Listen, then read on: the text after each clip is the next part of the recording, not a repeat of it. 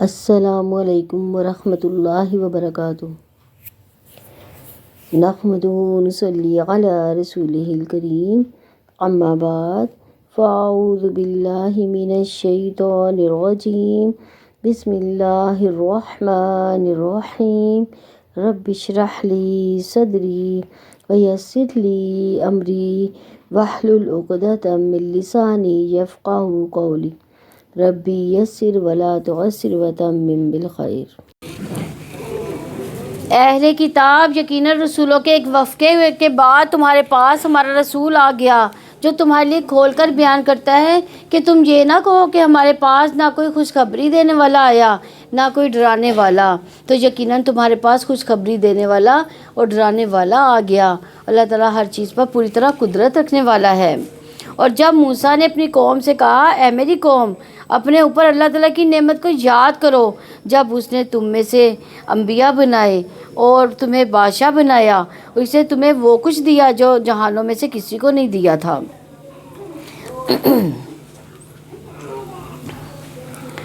اور اے میری قوم، اس پاک زمین میں داخل ہو جاؤ جو اللہ تعالیٰ نے تمہاری لکھ دی، اور اپنی پیٹھوں پر نہ پھر جاؤ ورنہ تم خسارہ اٹھانے والے ہو کر پلٹو گے۔ یعنی یعقوب علیہ السلام نے اپنے بچوں سمیت یوسف علیہ السلام کے پاس مصر چلے گئے تھے۔ یہ پیج تو نہیں پلٹ گئے؟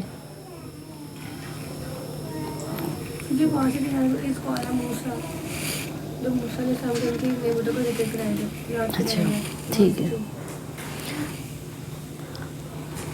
یعقوب علیہ السلام اپنے بیٹوں سمیت یوسف علیہ السلام کے پاس مصر چلے گئے تو عرصہ دراز تک بنی اسرائیل کے لوگ وہاں مقیم رہے، یہاں تک کہ فرعون نے ان کو غلام بنا لیا۔ پھر اللہ سبحانہ و تعالیٰ نے موسیٰ علیہ السلام کی قیادت میں فرعون کی غلامی سے نجات دی اور حکم دیا کہ اب اپنی زمین بیت المقدس پر جا کر دوبارہ سے آباد ہو۔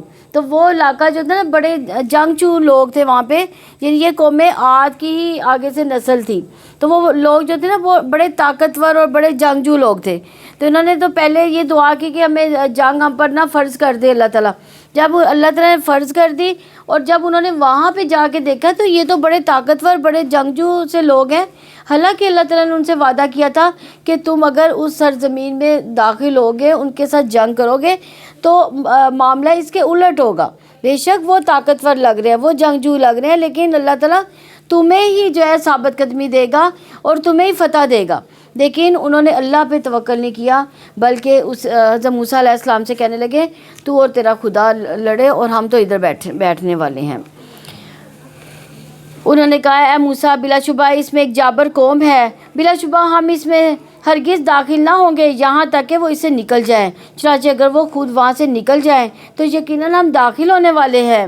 ان لوگوں میں سے 2 آدمی نے کہا جو اللہ تعالیٰ سے ڈرتے تھے، جن پر اللہ تعالیٰ نے انعام کیا تھا، ان پر دروازے سے داخل ہو جاؤ، پھر جب تم اس سے داخل ہو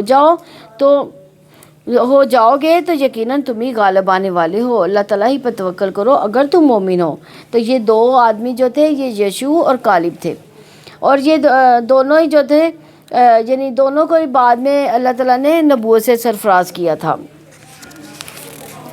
انہوں نے کہا، اے موسیٰ، بے شک ہم اس وقت تک ہرگز اس میں کبھی بھی داخل نہ ہوں گے جب تک کہ وہ لوگ اس میں رہیں گے، سو تم اور تمہارا رب دونوں جا کے لڑو، یقیناً ہم تو یہاں بیٹھنے والے ہیں۔ اسے کہا، میرے رب، یقیناً میں اپنی ذات اپنی بھائی کے سوا کسی پر اختیار نہیں رکھتا، سو تو ہمارے اور اس نافرمان قوم کے درمیان علیحدگی کر دے۔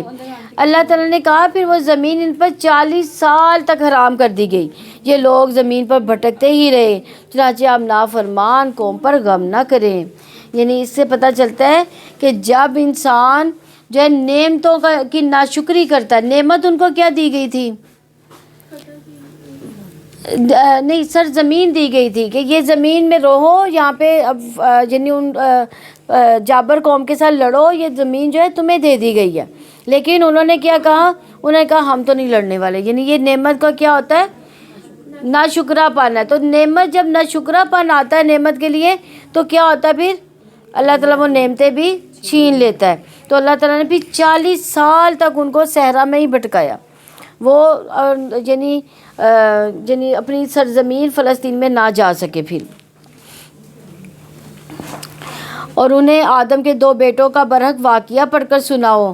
جب ان دونوں نے قربانی پیش کی تو ان دونوں میں سے قربانی قبول کی گئی اور دوسرے کی قبول نہ کی گئی۔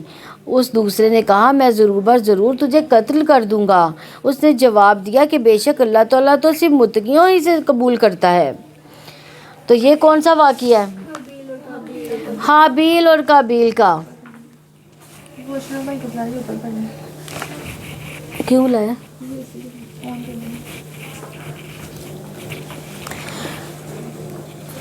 تو پیچھے بنی اسرائیل کے ایک نافرمانی کا ذکر تھا کہ جہاد کا حکم آ جانے کے باوجود وہ اسے جان چراتے تھے۔ اب بتانا یہ مقصود ہے کہ ایک با مقصد جہاد میں کسی کی جان لینا تو نہ صرف جائز بلکہ واجب ہے، لیکن ناحق کسی کو قتل کرنا بڑا زبردست گناہ ہے۔ تو اس بنی اسرائیل نے جہاد سے تو جان چھڑا لی، لیکن بہت سے بے گناہ ہوں گے کہ قتل کرنے میں کوئی آر محسوس نہیں کی اس نے۔ اس سلسلے میں وہ واقعہ بیان کیا جا رہا ہے کہ جو اس دنیا میں سب سے پہلے قتل کی واردات پر مشتمل ہے۔ اس واقعے نے قرآن کریم میں تو صرف اتنا بتایا کہ آدم علیہ السلام کے 2 بیٹوں نے کچھ قربانی پیش کی تھی۔ ایک کی قربانی قبول ہوئی جبکہ دوسرے کی نہ ہوئی۔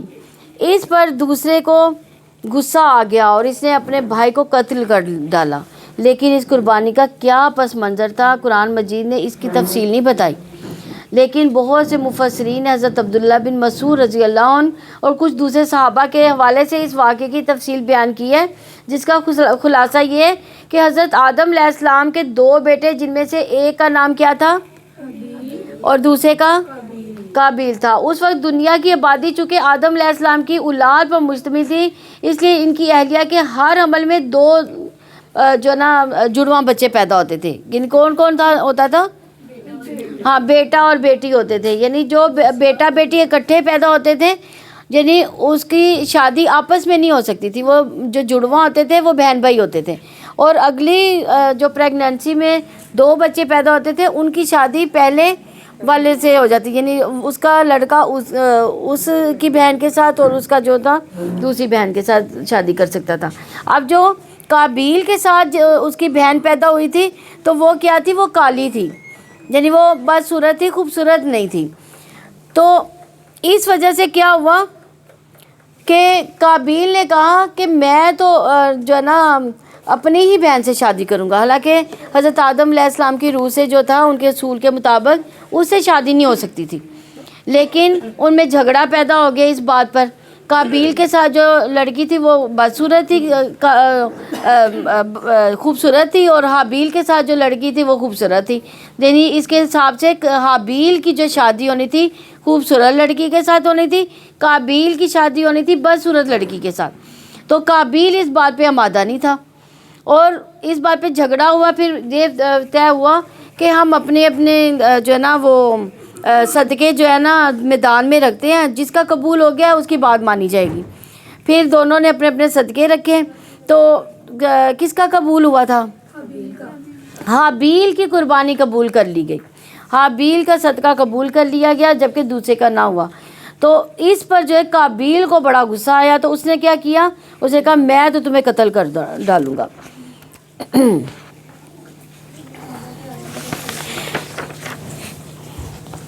یقیناً اگر تو نے میری جانب ہاتھ بڑھایا، اب یہ حابیل قابیل سے کہہ رہا ہے کہ اگر یقیناً تو نے میری طرف ہاتھ بڑھایا تاکہ تو مجھے قتل کر دے، تو میں اپنا ہاتھ تیری جانب بڑھانے والا نہیں۔ کوئی ایسا کر سکتا ہے کہ اگر وہ کوئی اس کو مارنے کی قتل کرنے کی کوشش کرے تو وہ کہے میں تو تمہاری طرف نہیں ہاتھ بڑھاؤں گا؟ اسے کہا میں تمہاری طرف ہاتھ نہیں بڑھاؤں گا تجھے قتل کر دوں، یقیناً میں اللہ رب العالمین سے ڈرتا ہوں، یقیناً میں ارادہ رکھتا ہوں کہ میرا اپنا گناہ لے کر تم لوٹو، پھر تم آگ والوں میں سے ہو جاؤ، ظالموں کی یہی سزا ہے۔ انہوں سے کہا کہ میں چاہتا ہوں کہ تم میرا گناہ میرے قتل کا بھی لے کر چلو، اور جو قیامت کے دن کیا ہوگا، جو میرے گناہ ہوں گے وہ بھی تمہارے سر پر پڑ جائیں گے۔ چنانچہ اس کے نفس نے اس کے لیے اس کے بھائی کے قتل کو پسندیدہ بنا دیا، تو اسے قتل کر ڈالا، چنانچہ وہ خسارہ اٹھانے والوں میں سے ہو گیا۔ پھر اللہ تعالیٰ نے ایک کوا بھیجا جو زمین کریدتا تھا تاکہ اسے دکھائے کہ کیسے وہ اپنے بھائی کی لاش چھپائے۔ اسے کہا ہائے میری بربادی، کیا میں اسے عاجز ہو گیا کہ اس کوے کی مانند ہو جاؤں تو میں اپنے بھائی کی لاش چھپا دوں؟ چنانچہ وہ شرمندہ ہونے والوں میں سے ہو گیا۔ دیکھیے بعض اوقات انسان کیا کرتا ہے کہ کوئی ایسا کام کر بیٹھتا ہے کہ جس پر پچھتاوا ہوتا ہے، اور اسی وجہ سے ہم نے بنی اسرائیل پر لکھ دیا کہ یقیناً جس شخص نے کسی جان کو بغیر کسی جان کے بدلے قتل کیا یا زمین میں فساد کے بغیر قتل کیا تو گویا اسے تمام انسانوں کو قتل کیا۔ یعنی ایک مومن کا قتل ایسے ہی ہے کہ جیسے تمام انسانوں کو قتل کر دیا، اور جس نے کسی ایک جان کو بچایا تو گویا اسے تمام انسانوں کو زندہ کیا۔ اور بلا شبہ یقیناً اس کے پاس ہمارے رسول واضح دلائل لائے تھے، پھر بے شک اس کے بعد بھی اس میں سے اکثر لوگ زمین میں یقیناً حد سے بڑھنے والے تھے۔ یقیناً ان لوگوں کی جزا اللہ تعالیٰ اور اس کے رسول سے جنگ کرتے ہیں، زمین میں فساد پھیلانے کی کوشش کرتے ہیں، یہی ہے کہ وہ قتل کر دیے جائیں یا سولی چڑھا دیے جائیں یا ان کے ہاتھ اور پاؤں مخالف سم سے بری طرح کاٹ دیے جائیں یا انہیں اس زمین سے باہر نکال دیا جائے۔ یہ ان کے لیے دنیا میں رسوائی ہے اور آخرت میں ان کے لیے بہت بڑا عذاب ہے، سوائے ان لوگوں کے جنہوں نے اس سے پہلے توبہ کی کہ تم ان پر قابو پاؤ تو جان لو یقینا اللہ تعالیٰ بے حد بخشنے والا نہایت رحم والا ہے۔ اے لوگوں جو ایمان لائے ہو، اللہ تعالیٰ سے ڈر جاؤ اور اس کی طرح قرب تلاش کرو اور اس کی راہ میں جہاد کرو تاکہ تم کامیاب ہو جاؤ۔ تو اس آیت میں وسیلہ سے مراد ہے اللہ تعالیٰ کے قریب ہونے کے بہانے تلاش کرنا، اس کے ذریعے سے اللہ تعالیٰ کے قریب ہونا، اور وہ کیا ہے؟ نیکی کے کام۔ نیکیوں میں سب سے پہلے نیکیوں کی کثرت قربت کا ذریعہ ہے، پھر نماز قربت کا ذریعہ ہے، پھر نبی کریم صلی اللہ علیہ وسلم نے فرمایا اے کعب نماز قربت کا ذریعہ ہے، اسی طرح نیک اعمال بھی وسیلہ ہے، اور تہجد جو ہے وہ کس کا ذریعہ ہے؟ اللہ سے قربت کا ذریعہ ہے، قرآن اور سے تعلق اللہ تعالیٰ کے قربت کا ذریعہ ہے۔ اور رسول اللہ صلی اللہ علیہ وسلم نے فرمایا بے شک کچھ لوگ ایسے اللہ والے ہیں۔ صحابہ نے عرض کیا اللہ کے رسول وہ کون ہے؟ آپ نے فرمایا قرآن والے اہل اللہ اور اس کے خاص لوگ ہیں، اور پھر یہ کہ رات کے آخری حصے میں بندہ اپنے رب کے بہت قریب ہوتا ہے، تہجد کا وقت۔ اگر تم اس وقت اللہ کا ذکر کرنے والوں میں سے ہو سکو تو ایسا کر لیا کرو۔ یعنی کس کو شوق ہے اللہ کا قرب حاصل کرنے کا؟ انشاءاللہ اللہ تعالی ہم سب کو توفیق عطا فرمائے۔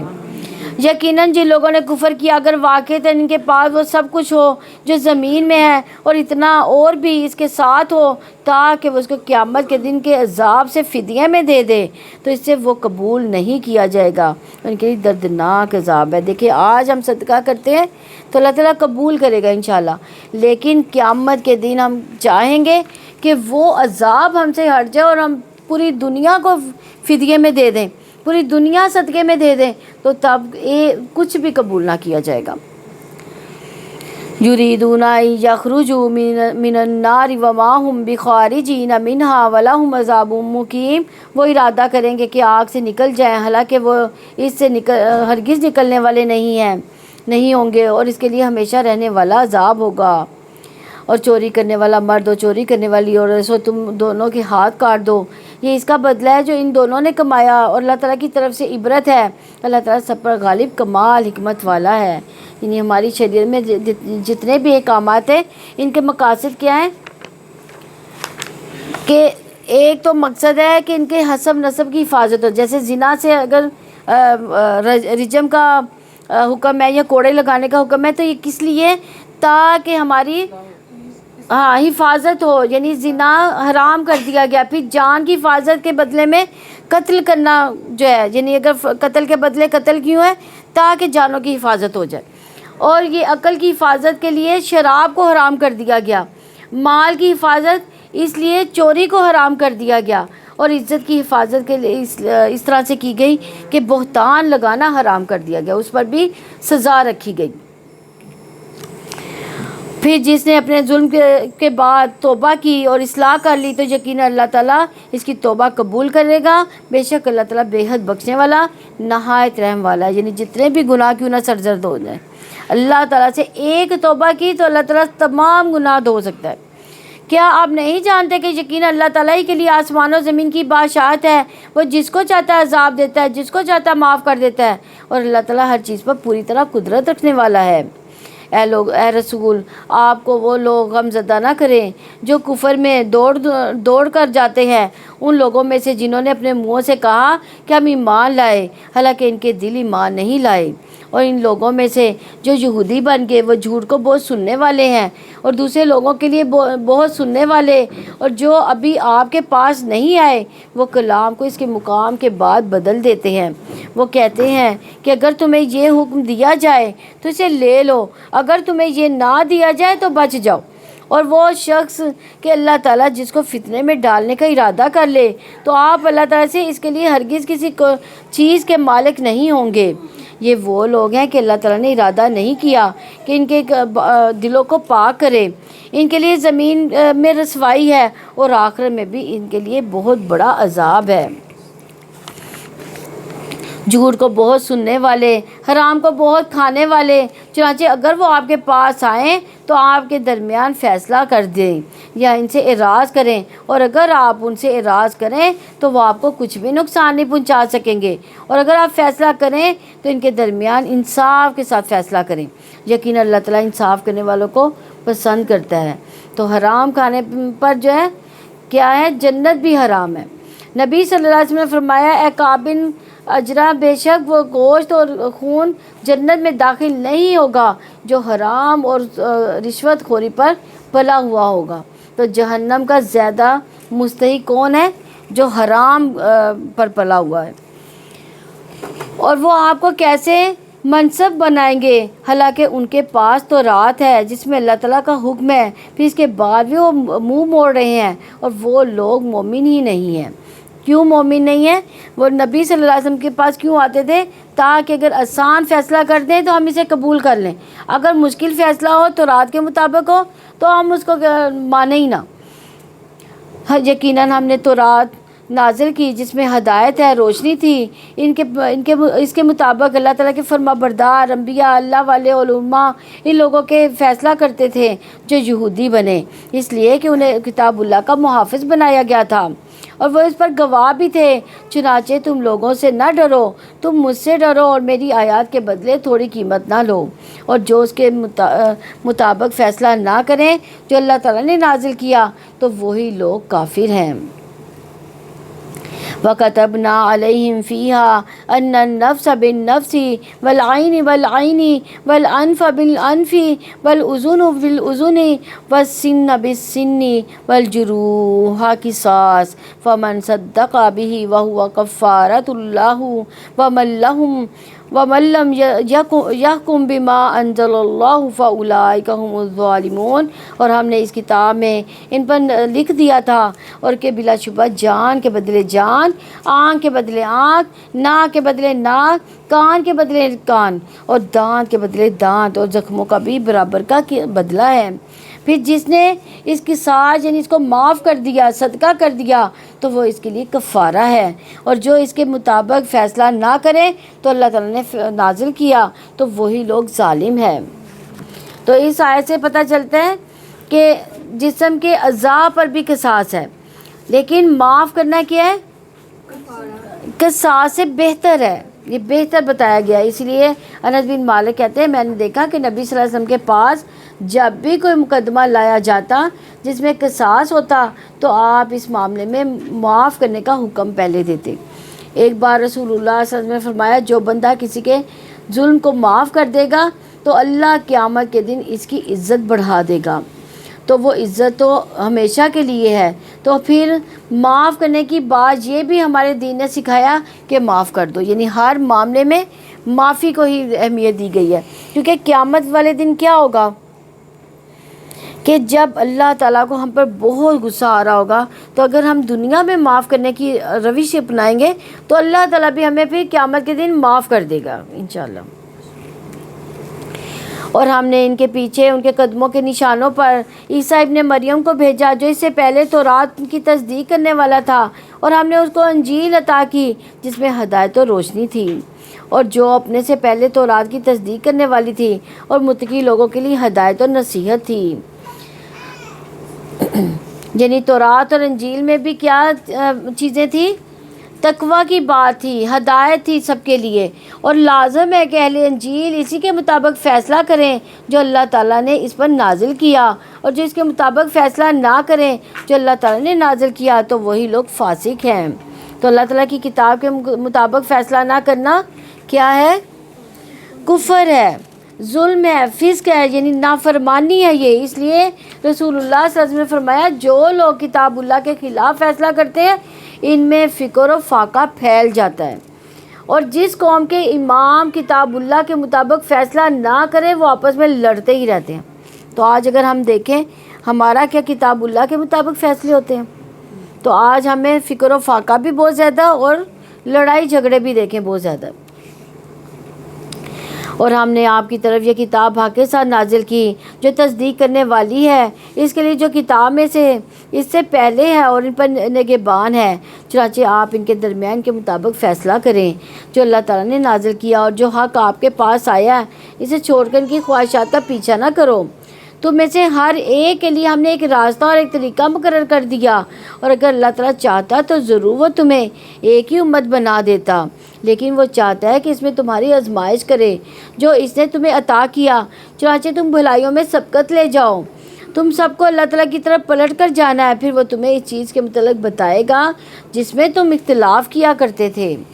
یعنی اللہ چاہتا تو سب کو مسلمان پیدا کرتا، لیکن اس نے راستے کے اختیار کی آزادی دی ہے، چاہے تو صحیح راستہ اپنا لو چاہے تو غلط اپنا لو، اور یہ کہ آپ ان کے درمیان اس کے مطابق فیصلہ کریں جو اللہ تعالیٰ نے نازل کیا، ان کی خواہشات کا پیچھا نہ کریں۔ کس کو کہا جا رہا ہے؟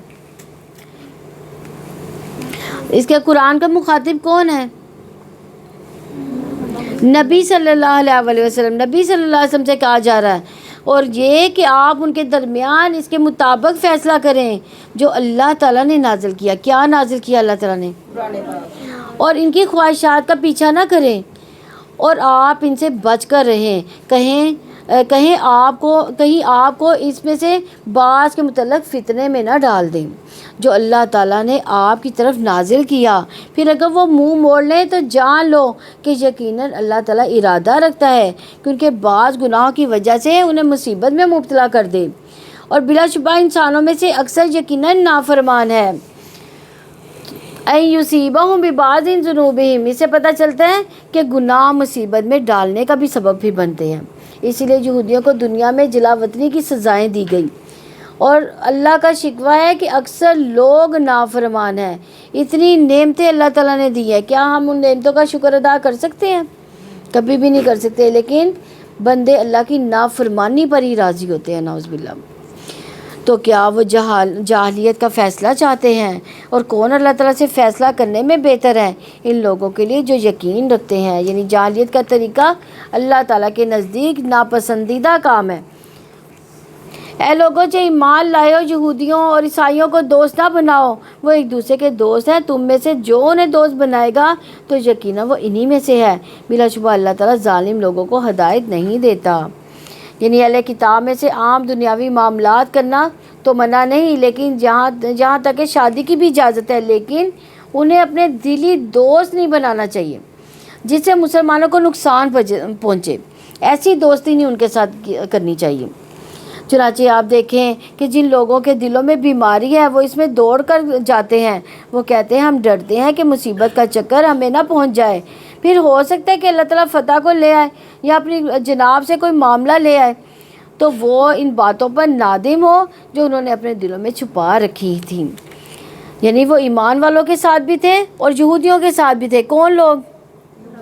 منافق لوگ مسلمانوں کا بھی ساتھ دیتے تھے، یہودیوں کا بھی، کہتے تھے جو بھی غالب آ جائے گا ہم اسی کے ساتھ ہوں گے۔ اور وہ لوگ جو ایمان لائے کہیں گے کہ کیا یہ وہی لوگ ہیں جنہوں نے اللہ تعالیٰ کے نام کی پکی قسمیں کھائیں کہ بلا شبہ یقیناً وہ تمہارے ساتھ ہیں، ان کے سارے اعمال ضائع ہو گئے، چاچے وہ خسارہ اٹھانے والے ہو گئے۔ اے لوگوں جو ایمان لائے ہو، تم میں سے جو بھی اپنے دین سے پھر جائے گا تو اللہ تعالیٰ جلد ہی ایسے لوگوں کو لے آئے گا جن سے وہ محبت کرے گا اور وہ اس سے محبت کریں گے۔ یعنی اللہ کی نافرمانی کسی اللہ تعالیٰ کو کوئی نقصان نہیں ہے۔ اللہ تعالیٰ تو اس نافرمان قوم کو ختم کر سکتا ہے اور نئی فرما بردار قوم کو لا سکتا ہے۔ وہ مومنوں پر بہت نرم و کافروں پر بہت سخت ہوں گے۔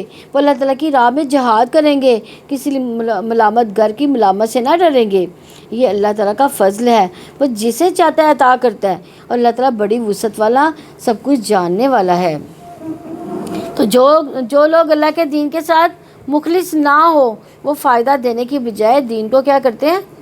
نقصان دیتے ہیں۔ اللہ کو ایسے لوگ چاہیے تو اللہ تعالیٰ سے محبت کریں۔ اگر کوئی یہ سمجھتا ہے کہ میں ٹیم یا صف میں شامل نہ ہوا تو یہ لوگ دین کے کام نہیں کر سکیں گے، آگے نہیں بڑھ سکیں گے، تو یہ ان کا جو پلیٹ فارم ہے یہ خالی ہو جائے گا۔ تو بعد کا کسی ایک شخص سے نکلنے کے بعد اللہ اسے بہتر لوگ پھر لے آتا ہے۔ یہ اللہ کا وعدہ ہے۔ شرط یہ ہے کہ آپ کتنے اخلاص کے ساتھ کام کر رہے ہیں۔ تو یہاں یہ دیکھا جائے گا کہ اللہ کی محبت کی پھر علامت کیا ہوئی۔ اس کے بارے میں رسول اللہ صلی اللہ علیہ وسلم نے فرمایا، بے شک اللہ اسے بھی مال دیتا ہے جس سے وہ محبت کرتا ہے، اور اسے بھی دیتا ہے جس سے وہ محبت نہیں کرتا، لیکن ایمان صرف اس کو دیتا ہے جس سے وہ محبت کرتا ہے۔ تو پس جب اللہ کسی بندے سے محبت کرتا ہے تو اسے ایمان عطا کرتا ہے۔ تو دنیا کا مال اللہ کی محبت کا کرائٹیریا نہیں ہے، بلکہ کیا ہے؟ بندے کو نیکی کا کتنا شوق ہے۔ اور کسی کے پاس مال نہ ہو مگر وہ بھلائی کے کام میں دوڑ دھوپ کر رہا ہو تو یہ اللہ تعالیٰ کو پسند ہے، اللہ تعالیٰ پھر اس سے محبت کرتا ہے۔ یہ محبت کی علامت ہے۔ یقیناً تمہارے دوست اللہ تعالیٰ اور اس کے رسول اور ایمان والے ہی ہیں جو نماز قائم کرتے ہیں، زکوٰۃ ادا کرتے ہیں اور وہ رکوع کرنے والے ہیں۔ یعنی ایمان والے کون ہیں؟ جن کے اندر یہ 3 صفات بتائی گئی ہیں۔ کون سی صفات ہے اس آیت میں؟ نماز قائم کرنا، دوسرا زکوٰۃ، اور تیسرا رکوع کرنے والوں کے ساتھ رکوع کرنا۔ وَمَن يَتَوَلَّ اللَّهَ وَرَسُولَهُ وَالَّذِينَ آمَنُوا فَإِنَّ حِزْبَ اللَّهِ هُمُ الْغَالِبُونَ۔ اور جو اللہ تعالیٰ کو، اس کے رسول کو، ایمان والوں کو دوست بنائے گا تو یقیناً اللہ تعالیٰ کی جماعت ہی غالب آنے والی ہے۔ اے لوگوں جو ایمان لائے، کافروں کو، ان لوگوں کو جنہیں تم سے پہلے کتاب دی گئی اپنا دوست نہ بناؤ۔ انہوں نے تمہارے دین کو مذاق اور کھیل بنا رکھا ہے، اور تم اللہ تعالیٰ سے ڈرو اگر تم مومن ہو۔ یعنی ایسے لوگوں سے بھی دلی دوستی نہیں لگانی چاہیے جو دین کا مذاق اڑاتے ہیں۔ اور جب تم نماز کے لیے اذان دیتے ہو تو یہ اسے مذاق اور کھیل بنا لیتے ہیں۔ یہ اس وجہ سے ہے کہ بلا شبہ ایسے لوگ ہیں جو سمجھتے ہی نہیں۔ یعنی دین کے شعار کا مذاق اڑانا ناسمجھی کی علامت ہے۔ اس لیے اذان کو کیسے سننا چاہیے؟ خاموشی کے ساتھ۔ رسول اللہ صلی اللہ علیہ وسلم نے فرمایا، جب تم اذان سنو تو وہی کلمات کہو جو کون کہتا ہے؟ مؤذن کہتا ہے۔ اور پھر اذان کے بعد کیا کہنا چاہیے؟ دعا مانگنی چاہیے، جس کے بارے میں عبداللہ بن عمر رضی اللہ عنہ کہتے ہیں، انہوں نے نبی کریم صلی اللہ علیہ وسلم سے بیان کرتے ہوئے سنا، جب تم مؤذن کو سنو تو اسی طرح کہو جیسے وہ کہتا ہے، پھر مجھ پر درود بھیجو، اور تحقیق جس نے مجھ پر ایک بار درود بھیجا تو اللہ اس پر 10 رحمتیں عطا فرمائے گا اسے۔ پھر میرے لیے اللہ سے وسیلہ طلب کرو۔ وآتی محمد الوسیلۃ الفضیلہ، بلا شبہ یہ وسیلہ جنت میں ایک منزل کا نام ہے جو اللہ تعالیٰ کسی بندے کو دے گا۔ اور اللہ کے نبی صلی اللہ علیہ وسلم نے کیا فرمایا تھا کہ یہ مجھے امید ہے کہ وہ میں ہی ہوں گا۔ میں جس نے میرے لیے اللہ سے وسیلے کو طلب کیا، اس کے لیے شفاعت میرے لیے حلال ہو گئی۔ اور یہ بھی کہ اس وقت کی گئی دعا جو ہے وہ رد نہیں ہوتی۔ کس وقت؟ اذان کے بعد۔ اس لیے اذان کے بعد کیا کرنا چاہیے؟ دعا کرنی چاہیے، درود پڑھنا چاہیے، اور بہت زیادہ جو ہے دعائیں مانگنی چاہیے۔ کہہ دو کہ اہل کتاب نہیں تم ہم سے انتقام لیتے سوائے اس کے کہ ہم اللہ تعالیٰ پر ایمان لائے اور اس پر بھی جو تم ہماری طرف نازل کیا گیا اور اس پر بھی جو اس سے پہلے نازل کیا گیا، اور بلا شبہ تم میں سے اکثر لوگ نافرمان ہیں۔ یعنی اہل کتاب مسلمانوں سے یعنی اہل کتاب کو مسلمانوں سے کیا ناراضگی تھی کہ یہ قرآن میں آنے والی تعلیمات کی پیروی کرتے ہیں، حالانکہ وہ خود کیا کرتے تھے؟ خود وہ پیروی نہیں کرتی تھے تورات کی، لیکن اگر صحابہ کرام کرتے تھے تو ان کو برا لگتا تھا۔ کہہ دو کیا میں تمہیں ان کے بارے میں بتاؤں جو اللہ تعالیٰ کے ہاں جزا کے اعتبار سے زیادہ برے لوگ ہیں، وہ جن پر اللہ تعالیٰ نے لعنت کی اور جن پر غصہ ہوا، اور ان میں سے جن کو اس نے بندر اور سور بنا دیا اور جنہوں نے طاغوت کی عبادت کی، یہی لوگ مقام کے اعتبار سے بدتر ہیں اور سیدھے راستے سے بہت زیادہ گمراہ ہیں۔ اور وہ جب آپ کے پاس آتے ہیں تو کہتے ہیں ہم ایمان لائے، حالانکہ یقیناً وہ کفر کے ساتھ ہی داخل ہوئے تھے اور یقیناً اسی کے ساتھ نکل گئے تھے۔ اللہ تعالیٰ اس کو زیادہ جانتا وہ چھپاتے تھے۔ کون لوگ نکل گئے تھے؟ منافق، یعنی کفر کے ساتھ ہی وہ نبی صلی اللہ علیہ وسلم کے پاس آئے اور اسی طرح نکل گئے۔ اور آپ ان میں سے اکثر کو دیکھیں گے کہ وہ گناہ میں، زیادتی میں، حرام کھانے میں دوڑ دھوپ کرتے ہیں۔ یقیناً برے کام ہیں جو وہ کرتے ہیں۔ رب والے اور علماء انہیں گناہ کی بات کرنے سے اور حرام کھانے سے کیوں نہیں روکتے؟ یقیناً برا ہے جو وہ کیا کرتے تھے۔ یعنی برائی سے منع نہ کرنے والا بھی ویسا ہی ہے جیسا برائی کرنے والا، اس لیے منع کرنا بھی کیا ہے؟ ضروری ہے۔ اور یہود نے کہا کہ اللہ تعالیٰ کا ہاتھ بندھا ہوا ہے، ہاتھ تو انہی کے باندھے گئے ہیں، اور اس کی وجہ سے جو انہوں نے کہا ان پر لعنت کی گئی۔ ہاتھ باندھنے سے کیا مراد ہے؟ روک دینا، یعنی اللہ کی راہ میں صدقے سے روک دینا۔ بلکہ اللہ تعالیٰ کے دونوں ہاتھ کھلے ہوئے ہیں، وہ جیسے چاہتا ہے خرچ کرتا ہے۔ یعنی یہودیوں نے کہا اللہ کا ہاتھ رکا ہوا ہے، یعنی اللہ تعالیٰ اپنے بندوں کو مال نہیں دیتا۔ تو اللہ تعالیٰ نے کیا کہا کہ اصل میں تو انہی کا ہاتھ رکا ہوا ہے، بلکہ اللہ تعالیٰ کے دونوں ہاتھ کھلے ہیں، وہ جیسے چاہتا ہے خرچ کرتا ہے، اور جو آپ کے رب کی جناب سے آپ پر نازل کیا گیا وہ ان میں سے اکثریت کی سرکشی اور کفر میں یقیناً اضافہ کر دے گا۔ اور ہم نے ان کے درمیان قیامت کے دن تک بغض اور عداوت ڈال دی ہے۔ جب بھی وہ لڑائی کی آگ بھڑکاتے ہیں اللہ تعالیٰ اسے بجھا دیتا ہے، اور وہ زمین میں فساد کی کوششیں کرتے ہیں، اور اللہ تعالیٰ فساد کرنے والے سے محبت نہیں کرتا۔ کس کی بات ہو رہی ہے؟ منافقین کی۔ منافق کیا کرتے ہیں؟ فساد کرتے ہیں، ادھر مسلمانوں کی باتیں سنتے ہیں، ادھر کافروں تک اور یہودیوں تک، اور یہودیوں سے مسلمانوں تک، یعنی وہ اس طرح سے لڑائی کرواتے ہیں۔ تو اللہ تعالیٰ کے بارے میں بری بات کرنے والے پر اللہ کی لعنت ہے، اور وہ اس کی رحمت سے محروم ہے، اور اللہ سے بڑھ کر صبر کرنے والا کوئی نہیں ہے۔ اس لیے رسول اللہ صلی اللہ علیہ وسلم نے فرمایا تکلیف دہ بات سن کر اللہ تعالیٰ سے زیادہ صبر کرنے والا کوئی نہیں۔ لوگ اس بات لوگ کیا کہتے ہیں کہ اللہ تعالیٰ کا بیٹا ہے ہونے کا دعویٰ کرتے ہیں اور اس کا ہمسر بنا دیتے ہیں، پھر بھی وہ انہیں عافیت دیتا ہے، ان کی حفاظت کرتا ہے، اس کو رزق دیتا ہے۔ ہمیں کوئی گالی دے تو ہم کیا کہتے ہیں؟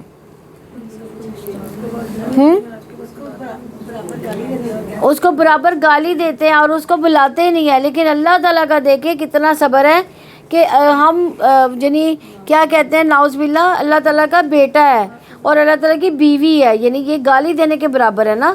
تو پھر بھی اللہ تعالیٰ ان لوگوں کو رزق بھی دے رہا ہے، نعمتیں بھی دے رہا ہے، دنیا کی تمام چیزیں عطا کر رہا ہے۔ تو اگر دیکھا جائے ہم نے کسی کو کچھ بھی دیا ہو، وہ ہمارے بارے کچھ کہے تو ہم اس پر صبر نہیں کر سکتے۔ تو اللہ تعالیٰ کا صبر دیکھیں کہ کتنا زیادہ اللہ تعالیٰ کا صبر ہے۔ اور اگر واقعتاً اہل کتاب ایمان لاتے، اللہ تعالیٰ سے ڈرتے، تو ہم ضرور ان کی برائیاں ان سے دور کر دیتے اور انہیں ضرور نعمت کی جنتوں میں داخل کرتے۔ اور اگر واقعتاً وہ تورات اور انجیل کو قائم کرتے اور جو اس کے رب کی جناب سے ان پر نازل کیا گیا، تو وہ اپنے اوپر سے بھی اور اپنے قدموں کے نیچے سے بھی رزق کھاتے۔ ان میں سے ایک گروہ درمیانی روش پر ہے، ان میں سے زیادہ تر لوگ بہت ہی برا عمل کر رہے ہیں۔ کن کے بارے میں بات کی جا رہی ہے؟ یہودیوں کے۔ اگر وہ اپنی کتابوں پر ایمان لائے، اپنے نبی پر ایمان لائے، تو اگر آخری نبی پر بھی لاتے تو اللہ تعالیٰ ان کو بہت سا رزق دیتے، اور ان میں سے ایک گروہ درمیانی روش پر ہے، ان میں سے زیادہ تر لوگ بہت ہی برا عمل کر رہے ہیں۔ اے رسول، جو کچھ آپ اور آپ کے رب کی جانب سے نازل کیا گیا اسے پہنچا دو، اور اگر آپ نے ایسا نہ کیا تو آپ نے اس پیغام کو نہیں پہنچایا، اور اللہ تعالیٰ آپ کو لوگوں سے بچا لے گا۔ بے شک اللہ تعالیٰ کافی لوگوں کو ہدایت نہیں دیتا۔ آپ کہہ دیں اہل کتاب، تم کسی چیز پر نہیں یہاں تک کہ تم تورات اور انجیل کو قائم کرو، اور اس کو جو تمہاری جانب تمہارے رب کی جناب سے نازل کیا گیا، اور وہ ضرور اس میں سے بہت سے لوگوں کی سرکشی اور کفر کو بڑھا دے گا جو آپ کے رب کی جناب سے آپ پر نازل کیا گیا، چنانچہ آپ کافی لوگوں پر غم نہ کریں۔